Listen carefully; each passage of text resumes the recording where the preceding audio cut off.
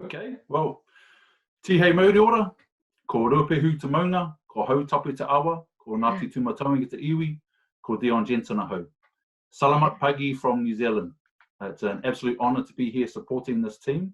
And I love the frame ecosystem. This is an ecosystem where globally we really need to get together and look after each other. Specifically myself, I come from a military background, the Army, police, close protection, security risk management investigations at high levels before I came across into corporate. So I've dealt with crisis my whole career, and now I speak and I inspire and I motivate after I'd finished all of this training. So now with COVID-19, I've been asked to come back and share crisis leadership. Now, for those of you on this webinar, you're already leaders because you're leading yourself and you're leading your families, and some of you will be leading organizations. So I have a different perspective, and everything that you'll see in regards to my Line Academy is I'm very bold. So when I'm called in, and I'm generally called in when something is going wrong. So I'll get called in as a consultant, I'll get called in as an advisor to say, this is all going wrong, what do we do? Then I step in there and I lead that crisis. And I enjoy that. So you'll see with the line, I'm very bold. So when I turn up in regards to crisis and everything that we're dealing with, I always say two things when I start. I'm not afraid, and I know exactly what to do. And I can say I'm not afraid because I know exactly what to do. So I want to acknowledge firstly that the primary emotion that we're all dealing with is fear. So when it comes to fear and mental health and how people feel and how they act afterwards in crisis, all the way from fear to panic, and we've seen that, that's my forte. Fear is my forte. I'm the clinically endorsed author of the VIP of Mental Health, and also the good news about post-traumatic stress disorder. So this is familiar territory for me. So if you're wondering if you should listen to this big white angmo with the lion picture, I have an apartment in Johor Bahru. I was regional operations manager for APAC living in Singapore. And I'm here to share all of the things that may scare you and give you things to do. So the biggest thing I want to acknowledge firstly is it's okay to be scared. This is a very scary time for people in the world if you haven't dealt with this level of crisis. And I want to acknowledge also that people are going to be somewhere on this spectrum. You'll be either on this side, where you think this is all a big conspiracy and nothing's actually happening, or you'll be over on this side where you have actually lost family members who have died because of this virus. From total fear of death, all the way back over this side where people don't really care. So from the military side that I dealt with, it was always fear of death. People were always trying to kill us. So we lived under that emotion of fear, which became our best friend that we utilized. So when you're called to lead in those situations, you have to deal with your own fear. But here's a secret, and I would write this one down. What you're scared of right now, your people are scared of. And if you're someone at this end of the spectrum, like we are, where this is not bothering me in the slightest, because I know exactly what to do not communicate that way to someone that is terrified. Because this is terrifying to a lot of people. And by the same token, if you're terrified, don't discount what people say at this end of the scale. So perhaps the first thing I'd like everyone to think about is, where are you on this scale? Are you at the point of being absolutely terrified and you have no idea what to do? Or are you quite in control of your emotions and your fear, and you're coming on here to learn some tangible steps? Because the beauty of this particular webinar of the speakers that you have today, you've got leadership, emotional intelligence, and high performance. Someone's got to take the lead in crisis. Then someone's got to manage all of those emotions. Then someone's got to manage the performance to make sure we get the job done and we survive. And that's how I'll lead up in the first part. The Line Academy, all nice and bold. We're not scared of crisis, and we know exactly what to do. So there's 3 phases, and just for the record, for some of you in your browser, this writing may be backwards, it may be forwards. It's not actually for you to read, it's a gift for later. So when we share this recorded webinar, all of these slides will be here that you can keep and study in the webinar.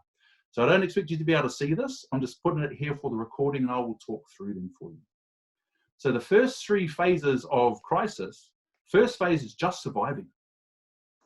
So everything's just gone crazy. How do we survive?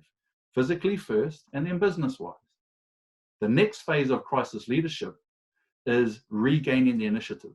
Not sitting there and waiting to find out what's going on, but going out there and taking action, regaining that initiative. And the last phase is actually taking advantage. Now, let me clarify, it is taking advantage of the situation, not taking advantage of the people. Because there will be a lot of people, and we're all in business right now, you can do this wrong by selling solutions to people's fear. Don't do that. If someone is scared, get them safe. And then once they're safe, meet their needs. Once their needs are met, then we can train and we can move forward from there. So these three phases, I'll only be concentrating on phase 1 today. So phase 1 for crisis leadership for today is survival. Right now, lockdown and COVID-19, how do we survive? And in regards to surviving, everything's about safety. And when it comes to safety, once your people are safe, it's about bettering your position. And the number one leadership skill that you need in crisis is controlling focus. All right? So what's going to happen is when crisis kicks off, everyone's going to look at it. Everyone's focus is going to be drawn to it because it's a state of fear. And we all know with fear, we're going to get tunnel vision. We're going to get locked in on it. And if we keep looking at it, it's going to amplify. Your job as the leader is to say, look at me. Keep your focus on me. Come to where I am and I'll keep you safe. And then I will tell you what to do. The number one skill in leadership is keeping that focus of your people. Because if you don't, something else will take their focus away. Media will take their focus away. Social media will take their focus away. Their auntie 5 times removed will come up with conspiracy theory that will take their focus away. And then it just adds more energy and confusion. And when we talk about fear, we've got fear of death. But the other one is, you know, people say that fear of death is far worse than death itself. Not knowing what to do, all this uncertainty is what's really putting the stress on people. So you've got to keep their focus. And in order to do that, I always use a very simple 3-point structure for everything. And so the philosophy that I use in crisis leadership is the river, the rock, and the eagle. So the river is this river of crisis energy. And for this COVID-19, for some people at this end of the spectrum, the people that are now terrified and not knowing what to do, it came out of nowhere.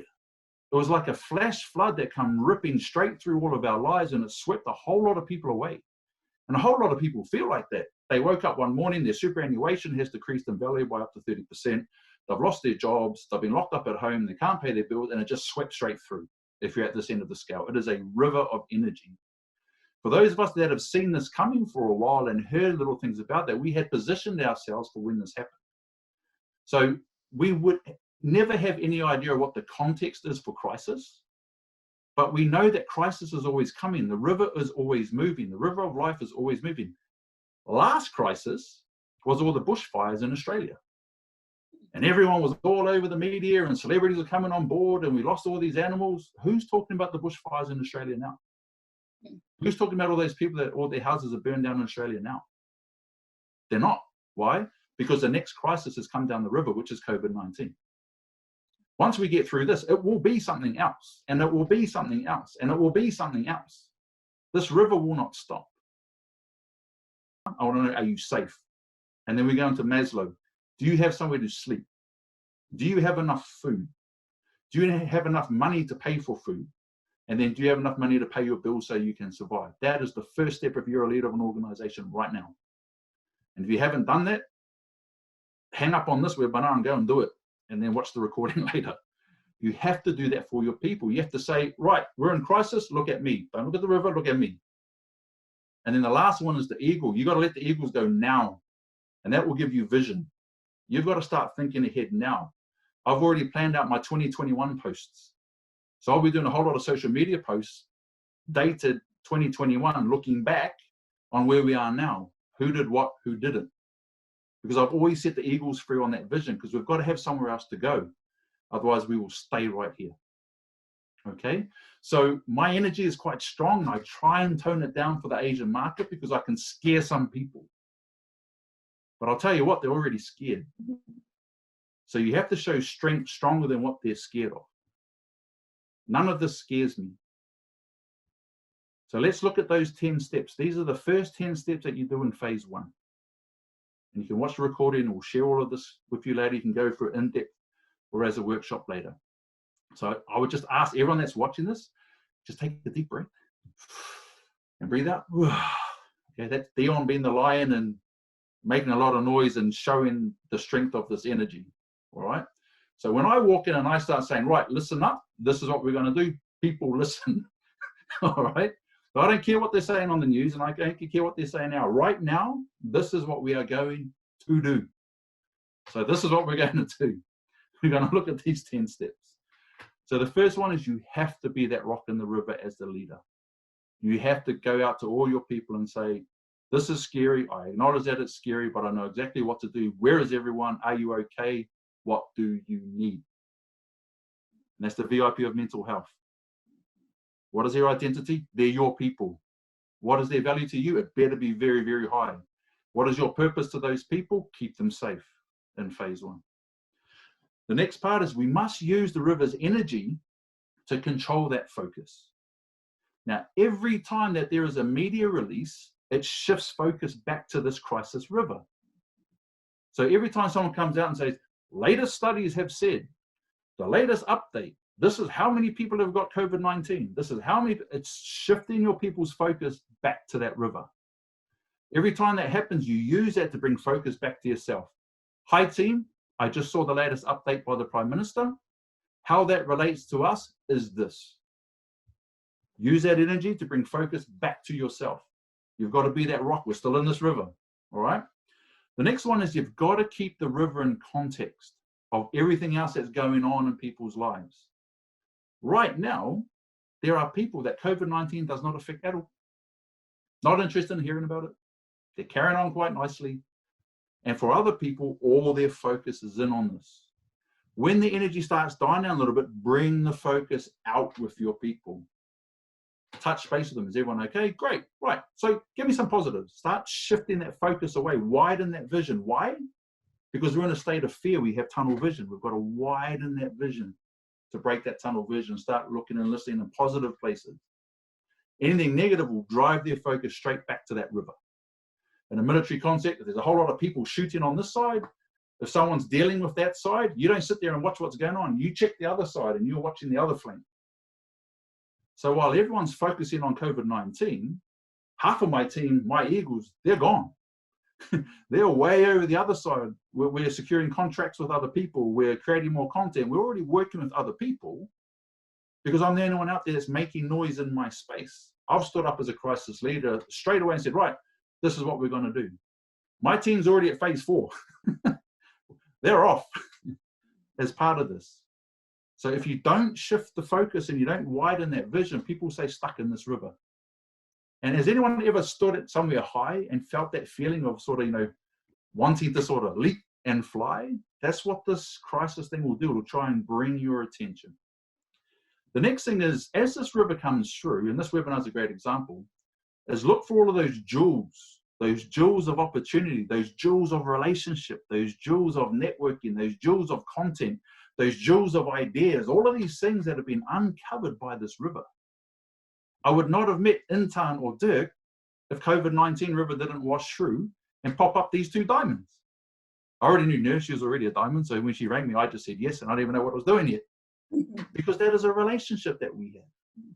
And this river, even though it is scary for people at this end, for those of us sort of in the middle, look for these jewels. Your network and your relationships will carry you through this. And if you don't have any, reach out to us. It doesn't have to be business-wise. If you're scared, Dion, I saw the lion presentation, I have no idea what to do. Can you help me? Of course I will. So reach out, look for those jewels that are uncovered. Now we get into the bit that I really, really enjoy. Because that bit, I just go out there, I'm just loud, I'm not scared, we're going to do this, and we do it. But this bit is about empowering your people. Don't sit here and do nothing and just keep updating your people. Start empowering them now. Now, financially, as an organization, you need to keep operational. We all get that as speakers and trainers and consultants. But right now is when you barter. This is when you barter. This is when you come to any of us and say, Dirk, I need access to your custom performance coaching. I don't have the funds right now, but I want to give my people something right now so that they're empowered for when we're ready to go. What can you do? And start training your people now before they can get across the river, which is phase 2, getting across the river, right? So start empowering them now. There's plenty of free courses. We have plenty of free content that we can help with, but start empowering them. What does that do? It shifts their focus away from the river. It closens the relationship between you and your people, keeps the focus on the leader, and it starts empowering them for the next step. And we're really starting to take the power of fear off us now. And then when something else happens, we get drawn back to the river, you go back to stage 2, use river's energy, bring the focus back, and keep heading in this direction. All right, so I'm seeing some nodding there, which is good. It's very weird talking to the computer. Right, once you've trained, I'm really excited to hear Dirk's presentation after this, because once you've trained people, you have to then rehearse. Right, let's war game this. Let's scenario this right now. Let's say, for argument's sake, that we're now allowed to go back out again. Who are we talking to? Who are our clients that we're going to speak to? Are we dealing with wholesales? Are we shifting industries? Let's practice that right now. You be this person. Let's go back and forth. Start rehearsing what that's going to be for when we go and do it. Let's start rehearsing crossing that river. So when this all dies down, we're across the river first. We are pre-positioned. We have an advantage, which is where my people are sitting at the moment. So as a leader, start empowering them. Now, Nur knows my personality, and I can be quite challenging. So I'm going to throw a challenge up. I'm a leader. I'm ready to compete. Now, this is a battlefield. We've got to go out there and we've got to fight and compete for our people and for our families. So here is my challenge when you go out there, is who's standing up and marking their position. I walked out here and put a stake in the ground and said, I'm going to talk about crisis leadership because I've led in crisis. And Intan said, I'll help you manage your emotional intelligence for your people. And Dirk said, I'll help you manage their performance. Stand up, put a stake in the ground. But empowerment is not an online course. So all the trainers on the webinars went, here's my challenge. Empowerment is taking a power that, one, you possess in the first place. You've got to have an ability or a skill first. And you must take them through a process where the other person gets that power, and you're tracking to make sure that they've got that competency so that they can then take that power and use it. Now, I do international speaking, inspirational speaking, I can speak and I can inspire people. That is not going to transform or give anyone a skill. Skill and empowerment comes from training, facilitating. Online courses are great. I have online courses. They're information. They're pre-qualification. So that when they come into the training, I know who I'm dealing with, and we take them through a training path mapped to a competency. So empowerment is giving someone power. Not talking about your power behind the screen, giving your power to someone so that they can use it. All right, so apologies if I insulted anyone, but that has to be thrown out there. Now, this is an interesting one by culture. The next bit is you've got to get in close. You've got to pull your team in as close as you possibly can. You have to connect as deeply as appropriately, because there's boundaries here, but as deeply as you can. Because when it comes time to say we are then going to move, so I've been the rock, I've shifted the focus, I've empowered my people, we're practicing and rehearsing. I'm going to ask these people who have just been terrified of this river coming through and what just happened to come with me and cross the river. Because if we don't cross the river and move forward, we're going to die. Our business will die. If we don't adapt and move forward now, you're going to go out of business. That's the reality. Adapt or die. And then so when we get in really, really close, this is where you really need to know your people inside out. And at this point, I want to make a differentiation now, because this is where people get it wrong as a leader. A leader is the person out front that is keeping the focus. Look at me, come with me. The moment you task someone else to go and do that, you are no longer the leader. You come to the back and you are now the commander. All right, people aren't following you. You are giving a direction now. And you've gone from being a leader to the back. Now you're the commander. I'm the board of director or I'm the CEO, and I am tasking my general manager to go out there and lead. Now that general manager becomes the leader that you support and you command. That leader and that commander cannot manage the mental health, the emotional health, spiritual health of your people. Your managers have to do that. That's why they're called managers. all right? So as the leader, keeping focus up here is mental. Your mental health is keeping focus. What you're seeing, what you're hearing, what you're saying is all up here. That's why it's called headquarters.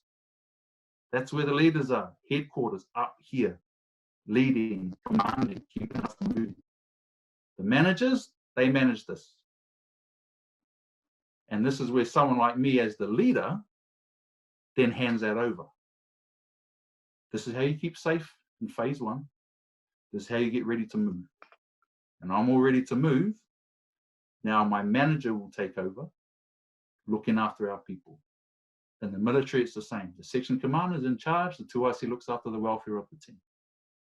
Whatever your business structure is, you have to know the difference between leader, commander, and manager.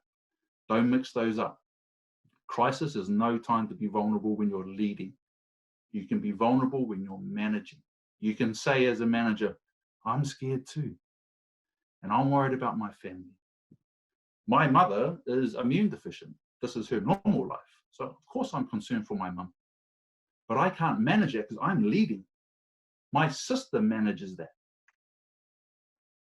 So you have to understand the difference between leader, commander, and manager. So the next stage of what will happen is when we go into phase two, and that's about regaining the initiative. And so the last point before I hand over to Intan is the last thing you do as a leader is you check, and you recheck. As we start moving and crossing this river, gaps will appear. This is when you need to be very switched on because the next wave could be coming down this river. And you need to check their physical well-being. Where are they? Are they okay? Do they need anything? You need to check their mental well-being. Where is their focus? And that's where you stay as leader and commander. And the next thing you check is their emotional well-being, and after that is their spiritual well-being, which we'll cover in a different webinar. So it's an absolute honor to come back here and serve my family in Malaysia. And I'll tell you what, I'm going to sit here with a notepad and pen, and I'm going to have my eyes glued to Intan, because I know how important it is to manage your emotional intelligence, because if you don't deal with the emotional side of what we're dealing with, you're not leading anyone anywhere. And then once that's done, Dirk will tell us how to get ahead. So thank you if you're still listening. And for the record, I was actually born in Singapore. So Nordi, if you call me an Angmo under your breath in the back here. And it's been an absolute honor to come here and serve. I'm not scared. I know exactly what to do. And what I'm going to do next is hand straight across to Intan. Thank you very much.